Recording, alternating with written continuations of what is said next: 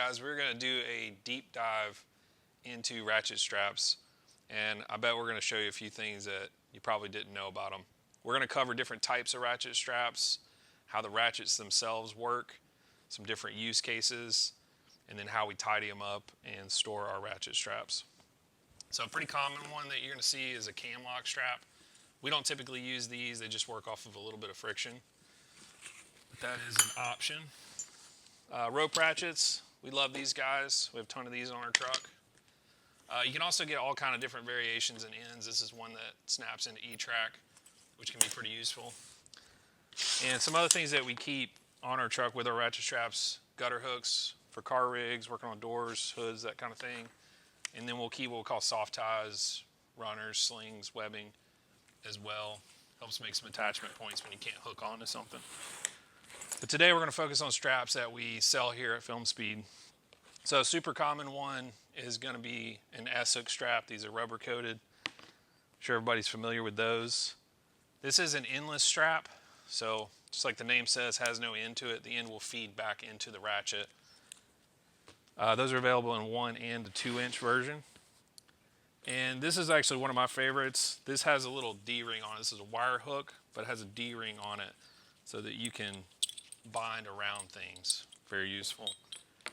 Also a wire hook available in the 2-inch, unfortunately without the D-rings. One thing to keep in mind is that these are rigging straps. So like if you're going to Home Depot and buying straps, perfectly fine to use on your truck and strapping stuff down on the stake bed. But if you're going to use these for rigging, you want to buy something that's from a reputable brand and that's been rated, and all these straps are. So we can also get ratchet straps that are custom made in basically any size that you want. We've had 4-inch wide ratchet straps made that carry thousands of pounds, up to 50 feet long. So if you guys want something custom, we can absolutely have that made for you. So now we're going to cover how a ratchet strap works. So the strap part we're going to refer to as the webbing. We've got a 2-inch endless here. On your webbing, you're going to have sewn in, on at least on all of the rigging straps that we sell, you're going to have sewn in a little tag. You want to keep that on. That's going to tell you who manufactured it, and that's also going to tell you your working load limit. So this is 3,335 pounds working load on this 2-inch endless. Tail end, it's called the loose end of your strap webbing, and this is going to be your fixed end to the body of the ratchet here. On the ratchet, we'll refer to this part as the fixed body, and this is your lever handle. And you can see how the mechanism works here. So you have these two kind of flat keeper pins that work on the ratchet here. The one on the lever handle is the one that allows you to apply tension, and the one on the body is the one that actually locks in the ratchet mechanism there. So when you get ready to strap down a load or a rig, you want to adjust your spool so that it looks like that. I like my slot feeding front to back. You want to make sure that your webbing is nice and straight. You also want to inspect your webbing, make sure that there's no cuts or serious abrasions that might affect your rating. Webbing is nice and flat throughout, no twists in it, and you're going to feed this through the back side. So you want to feed it through from the body side to the handle side. If you don't do that, your tail can end up bound up against your load, and we don't want that. You're going to pull this until it's almost tight. You want to have it a little bit loose on your load so that you can get enough wraps on the spool here. So you typically want to get at least 2 wraps on the spool, not too much, not too little. If you let it go right there, that webbing can slip through and you can lose your load. So you want to get a couple of wraps on it. You want to make sure you keep everything nice and straight and flat. It's feeding in well. That's pretty good right there. Not too much, not too little. When you are done ratcheting and you've got it tight enough, you want to make sure that you close this handle. So you see this kind of cutout right here on the lever handle? What that does is that locks that flat pin up against the ratchet, and that keeps it from moving. If you leave that open, it could unspool on you and let your load go. So you always want to make sure that that is closed. When you get ready to release your ratchet, you want to open this all the way up. You'll see on the lever handle as well, there's like a cam lobe here. What that's gonna do is that is going to push out that flat pin all the way, and that will allow your spool to move freely. Now, what if you come behind somebody that didn't watch this video and they put way too much webbing on it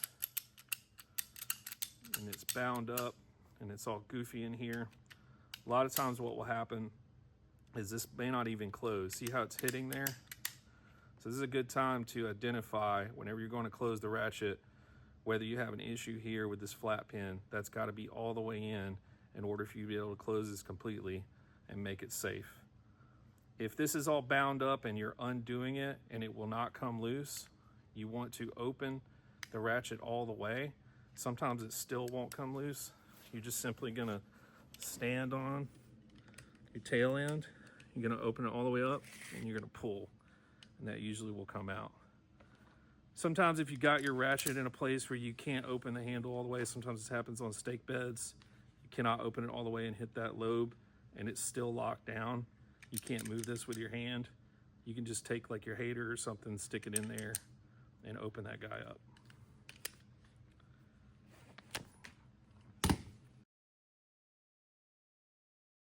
All right, guys, now we're gonna run through some different use cases for the different types of ratchet straps. We've got a 1-inch endless here. We use that a lot for bundling things together, so like bundles of pipe, stuff like that. It works extremely well. But what I'm gonna show you right now is what we call a saddle strap. So I got a piece of mod here, and we're gonna bundle this to a stick of XSF. This strap method we use a lot for like strapping pipes and stuff on top of stake beds, so like on the headache rack. So you want to pull your webbing through, make sure you got it nice and flat from where you started. We want our ratchet to land either on a nice flat place or somewhere in here. You don't want it like kind of around the tube and stuff like that. It can act weird. I'm gonna go down under. We're gonna cross over. Might have added a twist there. We'll get that out in a second. I'm gonna go back under this guy. Then we're gonna pull our slack through.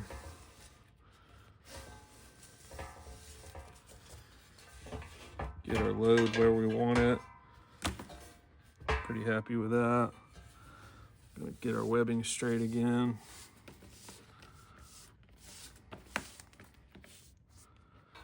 Get our spool where we want it. We're gonna feed that in. Gonna pull out the tail here. Want a little bit of slack. This is a pretty small area that we're ratcheting here. We don't have a lot of length on the ratchet, so sometimes you want to leave it a little bit more loose when you're doing something smaller. Suppose if you have, 15, 20 feet out, you can pull it a little bit tighter.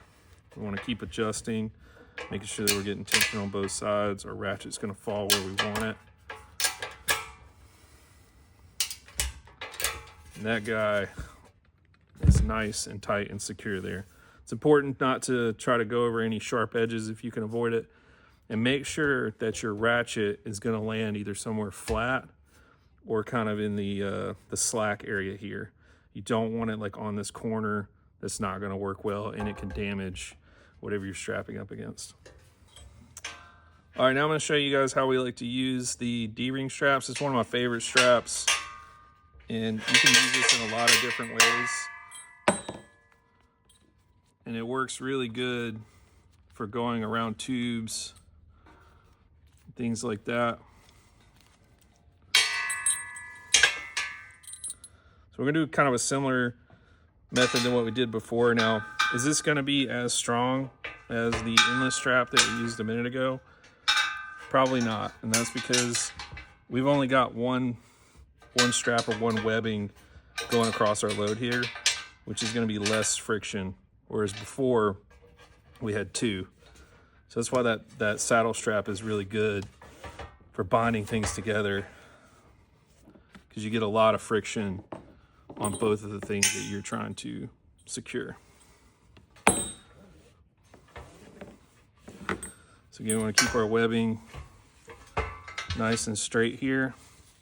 And so what's cool about these is you can go around something and then hook it back to itself. Webbing's fed through nice and straight. Oops, we didn't get enough slack on that one. I'm gonna loosen it back up a little bit. Start again. Get our loads right. And that's nice and secure.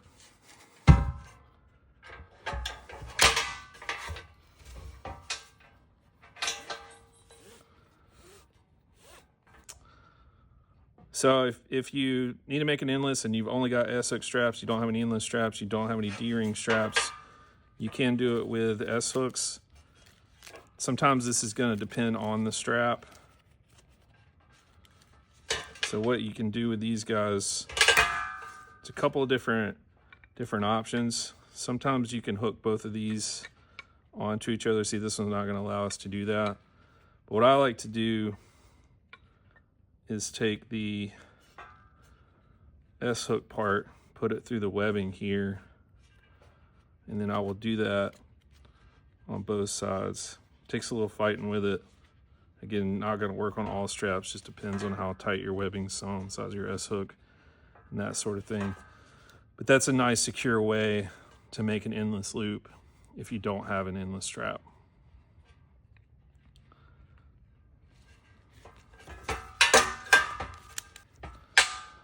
All right, so we got a 2-inch wire hook here. If you need to make this into an endless, you can also hook these guys together back to back and make an endless loop as well.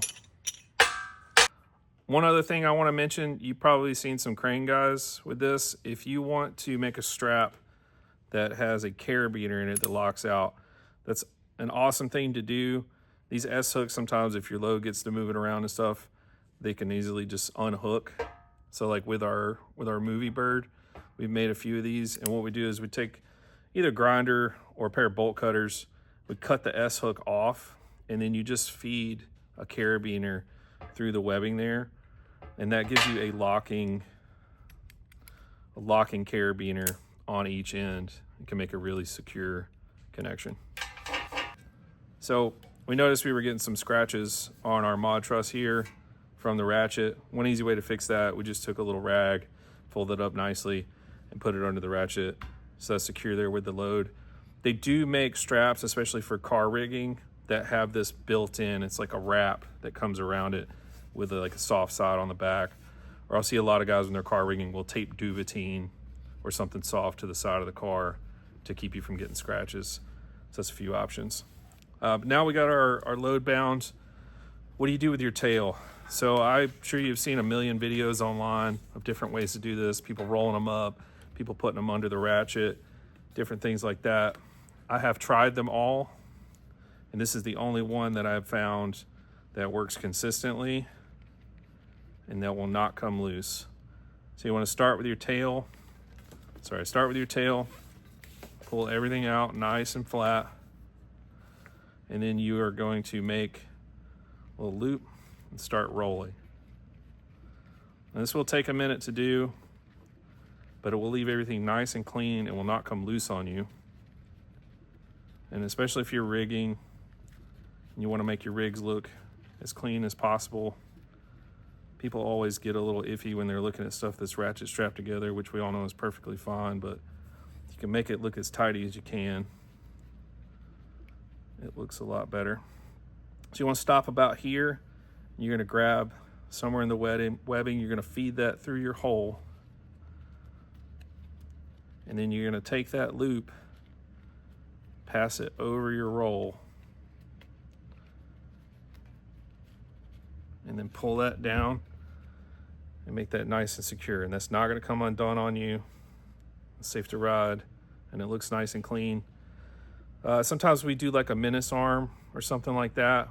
These will be kind of flopping around, and we don't want that. So we'll take some electrical tape and just E-tape that to the main webbing there. Keep it nice and clean, keep it from flopping around. When you get ready to undo this, super easy to undo. Just fold that off. She's ready to undo. All right, guys, so the bane of my existence is tidying up ratchet straps and keeping them stored well. I always seem to be the guy that I know I own this rigging company and I have a 48 with plenty of ratchet straps on it and they're all nice and tidy, but in the back of my truck, they're a complete mess. If you want to keep that from happening, I've tried a ton of different methods. This is the best method that I've found. So you want to get yourself some electrical tape. We keep the electrical tape in the milk crate where the ratchet straps go. Every milk crate has a roll of E-tape in it so that we can tidy them up when the job is done. We like to pick our color, which is purple, so that we can identify when they're wrapped up whose straps are whose. Just a little continuity there. So you want to take, this works for all different types of ratchet straps. Take it, open the body completely up. Endless seem to lay the nicest, and you're just going to wrap around like so.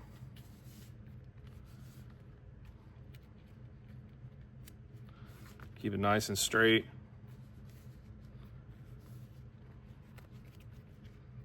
Again, it takes a minute to tidy these up, but when you get ready to go do a rig or if you're in a rush, nothing will piss you off more than fighting with a bunch of ratchet straps that are all mixed together, tangled up.